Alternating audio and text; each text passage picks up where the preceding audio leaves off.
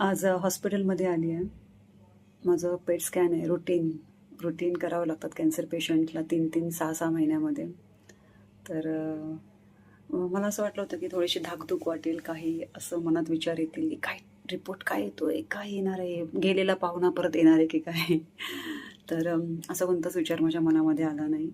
आणि प्रत्येक कॅन्सर पेशंटला टेस्ट करताना बऱ्याचशे पेशंटशी जेव्हा मी बोलते त्यांचं एकच असतं की आता रुटीन चेकअप आहे, त्यात काही येईल का नाही. त्यांना इतकी धाकधूक असते, इतकं टेन्शन असतं. तर मला त्यांना एकच सांगायचं की टेन्शन घेऊ नका, काही असं विचार करू नका निगेटिव्ह. काही नाही आहे, जे आहे तेच रिपोर्टमध्ये येणार आहे. जर काही ग्रोथ असेल तर येईल, नसेल तर नाही येणार. पण त्याचं टेन्शन तुम्ही आधीच घेतलं तर तुमचं मानसिक स्वास्थ्य पण त्रास होतो आणि आपण खूप डिस्टर्ब होतो. सो जास्त चिल करा, जास्त विचार करू नका.